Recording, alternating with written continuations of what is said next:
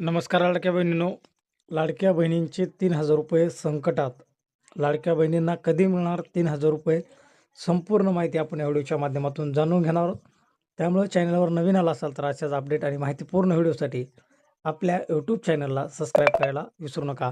कारण आपल्या यूट्यूब चॅनलच्या माध्यमातून योग्य आणि खरी माहिती तुमच्यापर्यंत वेळोवेळी पोहोचली जाते. सविस्तर माहिती जाणून घेऊयात. तर बघू मकर संक्रांत गोड होणार आणि सणाच्या आधी राज्य सरकार मुख्यमंत्री माझी लाडकी बहीण योजनेच्या लाभार्थ्यांना महिलांना 3,000 रुपयाची दुप्पट भेट देण्याचे ठरवले होते. पण आता या आनंदावर विरजण पडण्याची शक्यता निर्माण झालेली आहे. ऐनवेळेवर नक्की काय घडलं? पैसे वेळेवर मिळणार की नाही? आणि यामागचं नेमकं कारण काय आहे?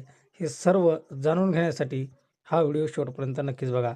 राज्य शासनाने नुकताच एक मोठा निर्णय घेतलेला होता आणि डिसेंबर आणि जानेवारी या 2 महिन्याचे मिळून एकूण 3,000 रुपये मकर संक्रांतीपूर्वी म्हणजेच 14 जानेवारीच्या आत लाभार्थ्यांच्या खात्यावर जमा करायचे. यासाठी आवश्यक निधी आणि वितरण प्रक्रियासुद्धा शासनाच्या पातळीवर सुरू झाली होती. महिलांनी सणासुदीला हाताशी पैसे येणार म्हणून आनंद झाला होता. सध्या राज्यात 29 महानगरपालिकेच्या निवडणुकांची वारी वाहत आहे. या निवडणुकांच्या रणधुमाळीतच लाडकी बहीण योजनेचा हप्ता वितरणाचा मुद्दा वादाच्या भोवऱ्यात सापडला आहे. यापूर्वी नगरपंचायत निवडणुकीमुळे नोव्हेंबरचा हप्ता उशिरा आला होता. तसेच परिस्थिती आता उद्भवली आहे. या योजनेच्या वितरणासाठी आता थेट निवडणूक आयोगाकडे तक्रार करण्यात आलेली आहे. महाराष्ट्र प्रदेश काँग्रेसचे कमिटीचे सरचिटणीस निवडणूक आयोगाला पत्र लिहून यावर आक्षेप घेतला आहे.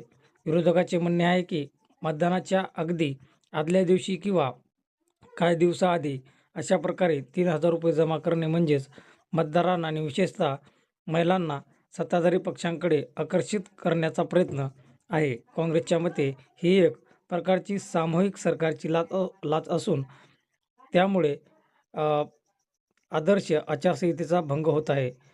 त्यामुळे त्यांची मागणी आहे की आम्हाला योजनेचा विरोध नाही, पण डिसेंबर 2025 आणि जानेवारी 2026चे हे पैसे निवडणुका संपल्यानंतरच वितरित केले जावेत. आता हा 3,000 रुपयाचा हप्ता वेळेवर मिळणार की नाही हे सर्वस्वी निवडणूक आयोगाच्या निर्णयावर अवलंबून आहे. जर आयोगाने हा आक्षेप मान्य केला तरच पैसे मिळायला नक्कीच उशीर होऊ शकतो. एकीकडे ही योजना निरंतर सुरू राहणारी आहे, त्यामुळे यात खंड पडू नये असेही मत आहे. तर दुसरीकडे निवडणुकीच्या काळात मतदारावर प्रभाव पडू नये हा मुद्दाही तितकाच महत्त्वाचा आहे. आता निवडणूक आयोग काय भूमिका घेते याकडे सर्वांचं लक्ष लागून राहिलेलं आहे.